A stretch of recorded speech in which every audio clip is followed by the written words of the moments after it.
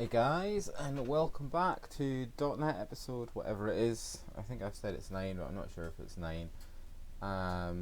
It's a bit different this week. There's not a lot going on. I don't think. In the tech world, I was just checking the volume on my other PC. There's kind of stuff happening in the data center, which is quite interesting. There's not really a lot apart from, I would say, Threadripper that's coming to consumers that I'm particularly excited about. I'm quite excited about Vega. I'll talk about that in a little while. But I don't think we should be too excited about Vega because, again, I think full throttle Vega will be going to the data center and will be getting its kind of little brother, if you like. And that's understandable. We've kind of gone through the launch cycle of stuff this year, and now people are talking about stuff that I'm not really bothered about, like the new Lightning edition of the 1080 Ti. It's like, I'm not really that bothered. It's going to have more phases, blah blah blah blah blah. Is it going to let you overclock that card more? I don't know. I doubt it very much. I think not Vega, I think Pascal's probably pushed to the limit. So it's probably going to be towards the end of the year again that interesting things for the consumer start happening. For the data center, it's very, very interesting. I haven't done any work at all on my video about overclocking Ryzen because I was waiting for something to arrive because I really want to do a live stream. I think that would be way more informative than me editing a video for you. It's actually easier for me to do a live stream as well and answer questions. So I bought one of these. I got an Elgato HD60S for, how much was this thing? It was like £60, no, £50 on eBay. It's an X display model, so I got the cables and things. I haven't hooked it up yet, so I don't know how good it's going to be. But this will let me connect up the Ryzen machine to my Broadwell machine and live stream it to you, so that I'll be able to capture the video output and put it through OBS and stream it to you. And I think if I can get that working, that's probably going to be a hell of a lot more useful to you guys than an edited video and then answering questions, because it could be like an hour and a half. I mean, overclocking Ryzen is not hard. Going through the basics would probably take me about 10 minutes, I reckon, as to the process you have to go through. But then having that extra time and having a machine there that I can use and show you, I think is a lot better than asking questions, answering questions. I'll still answer questions, of course. So hey, someone's watching. I've got to look over to my left because I've got the stream on this TV here, and I'm talking to this camera here. So yeah, got my Elgato. Quite happy about it. If this thing's really good, I'm gonna get the PCIe card version of it as well. Never used a capture device. I've always had a machine that's had enough cores that I didn't have to. So interesting to see how this is going to go. So if this works, I'll probably do my live stream tomorrow night. I would have thought something like that. But anyway, like I was saying, from my point of view, there's not a huge amount of interesting stuff happening in the tech world, which is great because it's summer and I can get out my bike and I can go climbing and things like that. But it does make doing this kind of stuff boring. However, there is this really interesting story about taxing robots, which sounds really, really odd until you understand the context of the discussion. So this all came about a few months ago. I don't know if anyone follows this or not. I'm very interested in this kind of stuff, machine learning and things like that. And robots have made massive leaps and bounds recently in terms of they're now being used in quite a lot of warehouses out there, as well as in manufacturing and things like that. Where I work, we have robots that do stuff for us. And it has a direct impact. I mean, I've seen it in my work where we've replaced processes, we've automated them, and we've used robots to do that. And that has a direct impact on jobs. And generally where I work, we've been able to kind of retrain and reposition people. But at some point, that's going to stop. Now, there's an article here on WCCF Tech about it from May 27th. They're kind of I hate to say it, but these guys are sort of, when it comes to the more interesting stuff like this, WCCF Tech are probably 6 months behind the discussion. from what I've seen. It's quite a funny Dilbert cartoon there. But if you really want to know more about this, it all goes back to an interview Bill Gates gave here, the Quartz video, and it's really, really interesting. You should totally watch this. And he was the one who suggested taxing robots. Now, why would you tax a robot? When you think about it, like I said a minute ago, there is going to come a point where it is more efficient and cheaper to have a warehouse full of robots and maybe say like 2 guys who maintain those robots, and then eventually those 2 guys won't be required at all because they'll have robots maintaining robots. I mean, that's what's going to happen. That's the way business is going to go. It streamlines the process.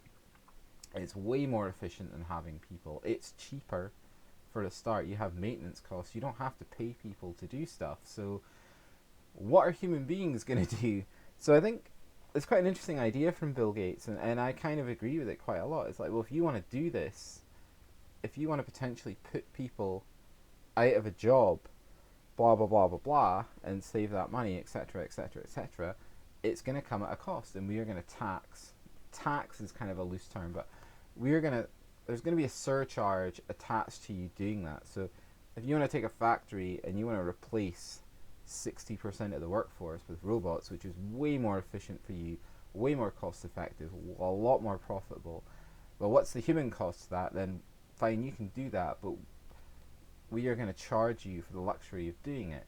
And I think that's a good idea, and I think it's something that a lot of countries should be thinking about as we move further into the 21st century, because as we move further into this century, I mean, I'm 37, so I'm probably almost halfway through my life, if not halfway through my life, and I can guarantee by the end of my life there will be jobs that people used to do that just do not exist for them anymore. I mean, I can't see it being that long until, say, like an Amazon warehouse, there's maybe 5 guys working there instead of like this huge workforce that is there to service our orders and our needs and what we want to do. The main drawback robots have had is generally comes down to things like problem solving. So there are robots that work in Amazon warehouses now, and they can do really simple things like they can go to a shelf, they can go up, they can scan a barcode location, and they can pick an item and they can drop it in a basket. The problem comes is if you have all these baskets are then taken to a place where they're packed. The general problem is that if there's an item that's obscured under something or whatever in a basket, a robot finds it very difficult to discern between 2 items, one obscuring the other, and that's where humans come in because they can stop mistakes happening, etc., etc. That's going to change very, very quickly with the amount of money that's being pumped into things like deep learning, etc., etc.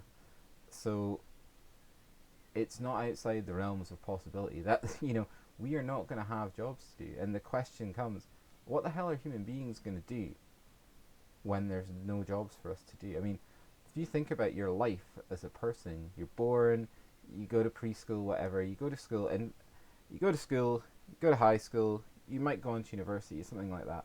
But those school years, I mean, essentially you're being brainwashed, you're being indoctrinated into this culture of Monday to Friday, you're out of the house between these hours, you have to go to this place, those are the rules. And in work it's exactly the same. It's like, right, now I'm an adult, I have to get a job, I've got bills to pay. So Monday to Friday, I'm out of the house, I have to go to this workplace. You essentially become an economic slave, if you like, to the capitalist system we have. And I'm not complaining about that. But I'm just saying there are implications to automation and robotics and AI, etc., etc. And I think Bill Gates, I love Bill Hicks as well. Bill Gates raises an interesting point when he talks about robot taxation. And I think you should watch this video if you're interested in these things. I mean, if you're really interested in technology like I am, I mean, you've got to be interested in the socio-economic side of it as well. And it's massive. I'm not joking when I say by the end of my lifetime, jobs that certain people did will not exist. They'll still exist, but they won't be being done by humans. They'll be being performed by robots or whatever in a factory or wherever they are. and that, if one of these robots breaks down, then robot X goes and fixes it. So there might be, say, a guy running thousands of these little things, just running about doing stuff. They never have to go to sleep. They never have to take a break. They never have to go to the toilet. They don't ask for a pay rise. They don't have any of the problems or the bullshit that comes along with having an actual workforce. So I just thought that was interesting. Certainly a lot more interesting than a lot of the stuff that I've been reading recently in tech forums. But yeah, if you're interested in that, you should go away and read about it. It's quite good. If you're also interested in more stuff like this, I would advise you that you head on over to Level 1 Techs and watch their weekly news show. It's really, really informative. There's not a huge amount of stuff about technology in terms of if you want to know about the latest graphics card that Asus are making. It's not really that kind of program. It's more about technology and how invasive it can be in your life, and then also how useful it can be in your life, and stuff like this, like taxing robots, which is pretty cool. Another thing I thought was quite interesting, I was looking through the WCCF Tech did a survey, in Q1, so the first 3 months of 2017, of 5,000 readers, so it's pretty small compared to things like the Steam survey, but it's quite interesting, and I was quite interested in this, like GPUs. So apparently, according to these 5,000 people, Nvidia is 47% and AMD is 46% of the GPU market. I don't particularly believe that. Well, it depends what you're talking about GPU. If you're talking like legacy products and things like that, then yeah, it might be true. But personally, I can't remember the last time I bought an AMD GPU. I mean, it's probably what was it? 6000 series card or 68? No, I can't remember now. Or was it even 5? I bought them second hand since, like, I bought 7770s and things like that for builds for people, or to replace stuff for people, because they are like bang for buck. They're amazing cards now in the second hand market. But in terms of personally, I haven't looked back since I bought a 570. I've been on the Nvidia side of things since then. No, a 670, sorry. Then I got my 770, loved it. There was still a bit of competition there because it wasn't really until I was trying to think, when would it have been? Like Maxwell.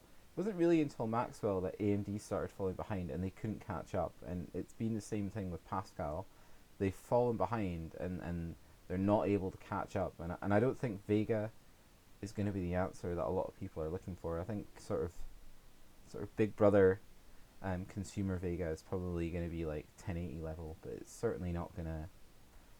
I can't see them releasing a card that's going to take on the new Titan or the 1080 Ti, for instance, based on what AMD have released recently, but we'll talk about that later. So yeah, I find that interesting that it's pretty much even Stevens when it comes to GPUs. And again, the price point didn't surprise me.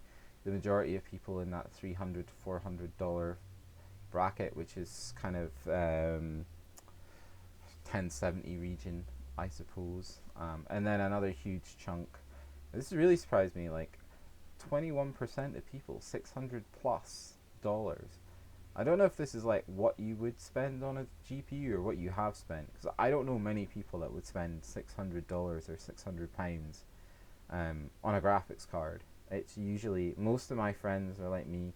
They're either, they're power users, they want bang for buck, so they're going to go for probably a 480, a 580, or a 1070.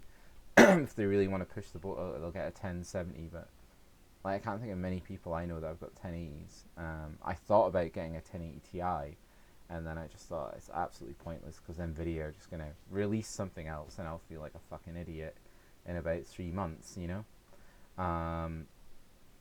So that was interesting. And then CPUs. There's a really interesting thing about about CPUs in general. So this is like CPUs that are currently being used, and that's really cool that like most people are still using Haswell, and I totally get that.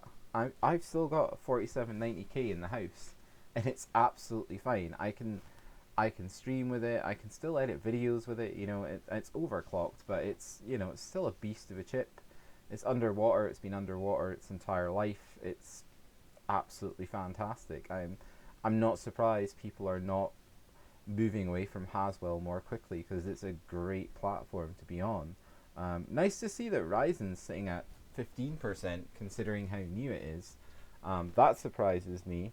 And then, oh my god, like Broadwell. I don't know if yeah, that'll be Broadwell. No, that's just Broadwell. Ivy Bridge 9%, Sandy Bridge 10%. These are the kind of guys here, and Bulldozer. These three groups here: AMD Bulldozer, Intel Sandy Bridge, and Intel Ivy Bridge. These are the guys that should be looking to upgrade at the moment. If you're on like Haswell or Skylake, there's absolutely 0 point, I would say, for at least another generation in upgrading, unless you want DDR4 support and things like that if you're stuck on Haswell. But really, have I noticed a huge difference between DDR4 and DDR3? Not really. I did a video about memory speeds. You can go and check it out. Basically, all I'm going to say about memory is don't be fooled by all the marketing crap. Clock speed is not the be-all and end-all, as with most things. And then where are we? So this was like Ryzen CPUs. I find this interesting because for me, like, don't get me wrong, the R7 1700, which is sitting at the top 20%, is absolutely fantastic. It's a great CPU. But I'm surprised that the R5 1600, which is what I'm running, isn't higher in that list. I would have expected it to be number one because I think most people out there, most tech tubers, and most tech enthusiasts that I've talked to, a lot of my friends that have gone over to Ryzen or like me or have an Intel and a Ryzen machine, they've all plumbed for this R5 1600 because it's just, for the money, it's just such good value. 6 cores, 12 threads for, how much did I pay for mine? Like £215 or something like that. So for around like $215 or something, $219, you can get a 6 core 12 threaded CPU, which is fantastic. It is going to continue to be fantastic because it looks like Intel are still quite happy to punt out quad cores for the god knows how long. So until Intel move on, I can't really see 6 core CPUs being made redundant anytime soon. Software is catching up. It's not quite there yet. But I think if people start adopting things like Ryzen more and moving away from quad-core Intel CPUs, then maybe software would move on a bit more quickly. But like I say, until Intel make a change, I can't see that changing. But yeah, surprised that the R5 1600 isn't further up the list. And that's about it. It was quite interesting reading. Like I say, it's a really small poll. 5,000 people is not a lot. I also don't know how they ran their poll. So they haven't released the actual results, the raw data, so it's hard to see how they've actually gone about this. Anywho, speaking of AMD, so let's talk about Threadripper. So there's some stuff, I don't know how, like all things on the internet, take it with a pinch of salt, but apparently there's been some leaks of Threadripper stats, so it's kind of all the usual kind of background nonsense that everyone knows and that WCCF Tech can just cut and paste, essentially. This is what I find interesting. So this is apparently the lineup. Goes from 10 cores to 16 cores. Really good spread of SKUs, though, compared to what Intel generally offer. Very, very good. I'll be interested to see what the price point is for these. And they all have 44 PCIe lanes. They're all quad-channel DDR4. The maximum TDP, which is amazing, is 155 watts. Although we all know that TDP is not the same as the amount of power it will pull through the socket. It's just the amount of thermal heat, thermal power it's designed to give off. But 155 watts for a 16-core, 32-thread chip is unbelievable. don't really mind about this this SKUs 99X, 1998X, 1998, 1977X. Don't know where that comes from. It must mean something to someone. What I'm more interested in is this. The clock speeds are very impressive. If this is true, if this 16 core 32 thread beast, which I assume the X means has their extended frequency range kind of automatic overclocking stuff, if it really boosts, if you get all of those 16 cores boosting to 3.9 gigahertz, that's massive. The amount of work that thing will absolutely churn through is unbelievable. I mean, I have no idea what Intel are going to clock their new 12 core. It's a 12 core that's coming out, I think, in the new Skylake X. It's a 12 core, I think, or is it Kaby Lake X? I get confused with Intel because they're doing this stupid Kaby Lake. It's not even X anymore. Is it? Yeah, it is Kaby Lake X and Skylake X. It used to be E. So I can't quite remember the segmentation for those. But I'm pretty sure the most you're going to get is 12 cores, I think. I'm pretty sure it's 12 cores. But I don't know what the clock speed is for that. But yeah, like I said, if you can get all of these 16 cores at 3.9 gigahertz, that's massive. It's very, very good indeed. There was one that was a bit more standout for me. Now, where are we? If I was thinking of getting one, what would I get? I would probably, yeah, this one. This is interesting. I think this could be a really good chip. The 1976X, 14 cores, 28 threads, 3.6 gigahertz base across all cores, 4.1 gigahertz boost at 140 watts TDP. If you could get all of those 14 cores to 4.1 gigahertz, that's what I would go for. Definitely, absolutely, definitely. I don't know what the cost is, but I'm assuming there'll be a fair.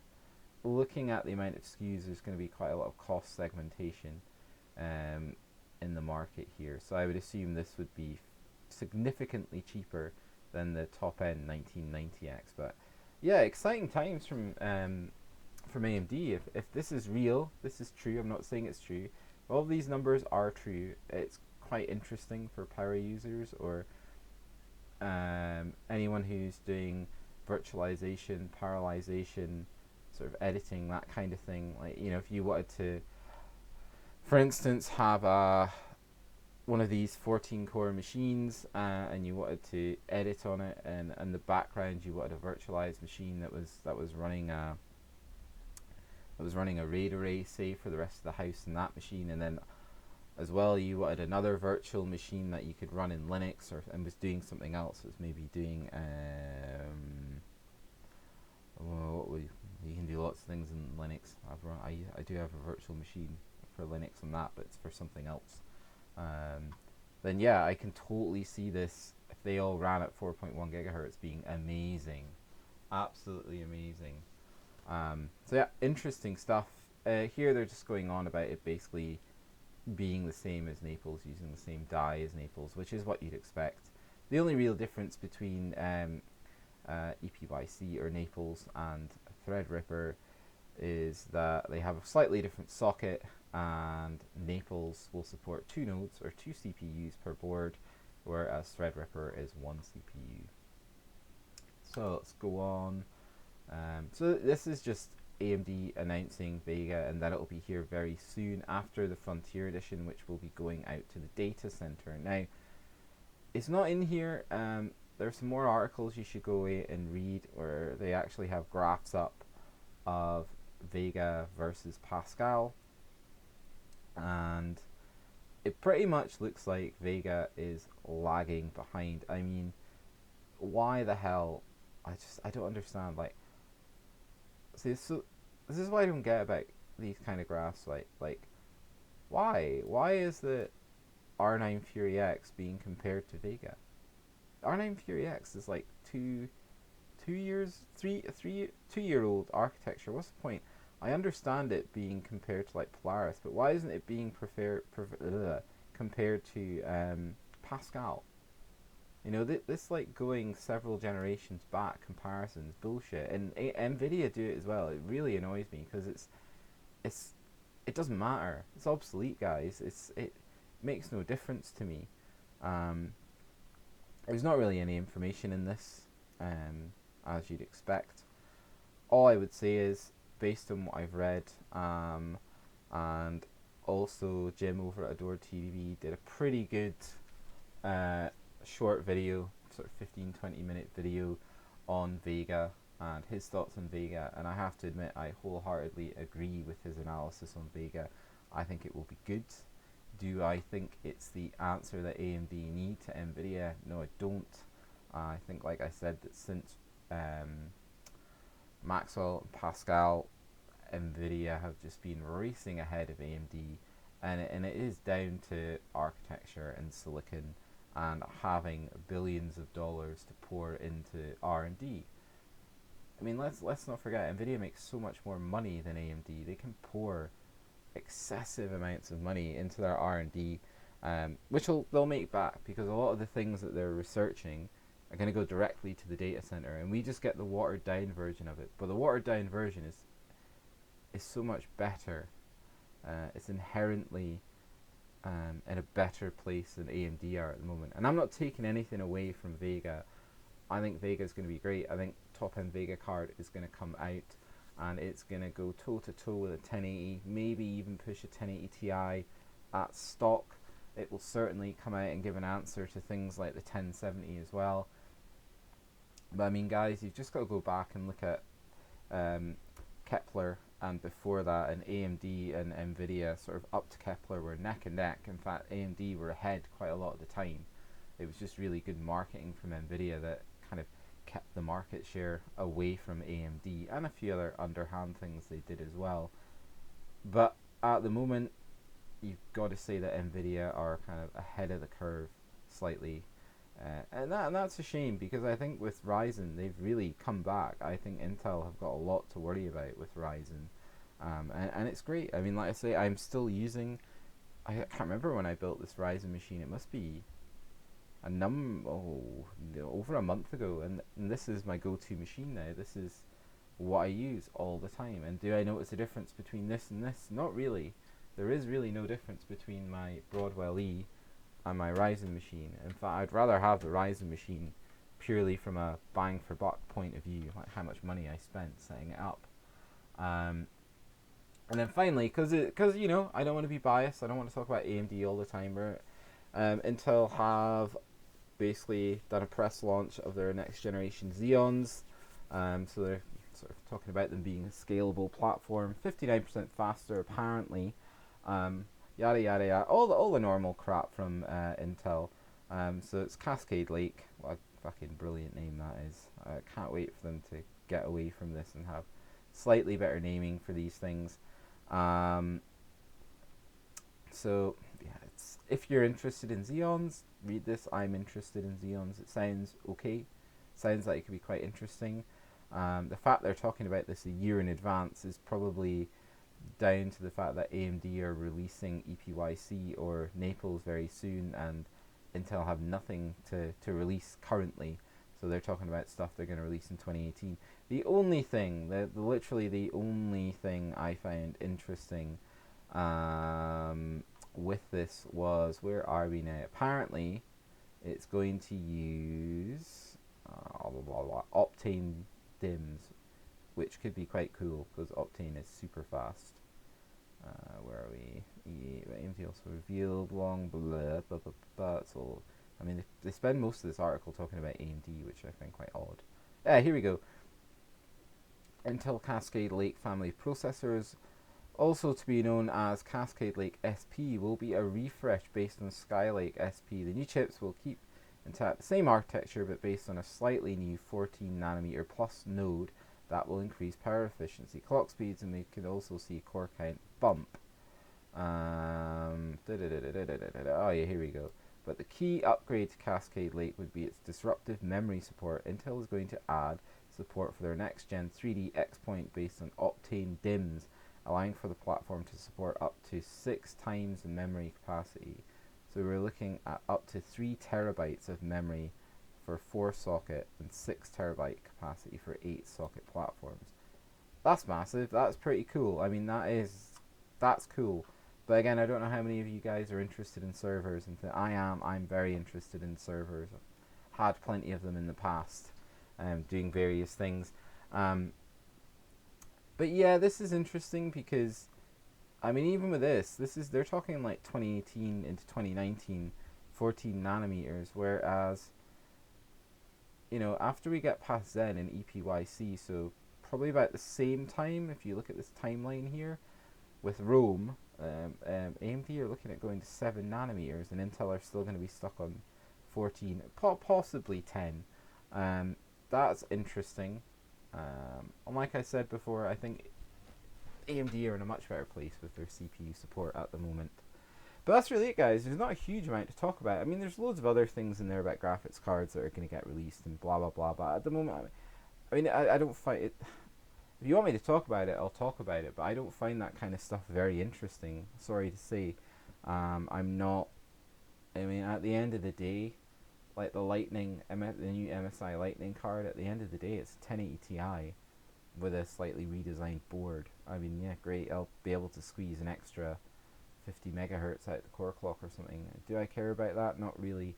I like overclocking, but I'm not that bothered about stuff like that. Equally, the kind of consumer market stuff from Intel on the CPU front is not that interesting at the moment.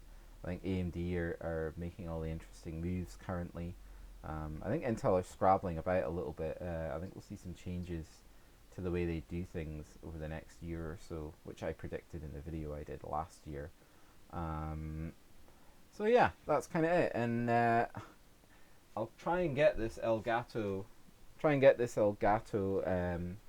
capture device working. And if I get that working, then like I say, probably tomorrow, yeah, like Monday night or maybe Tuesday night, depending on how time goes, because I'm quite busy.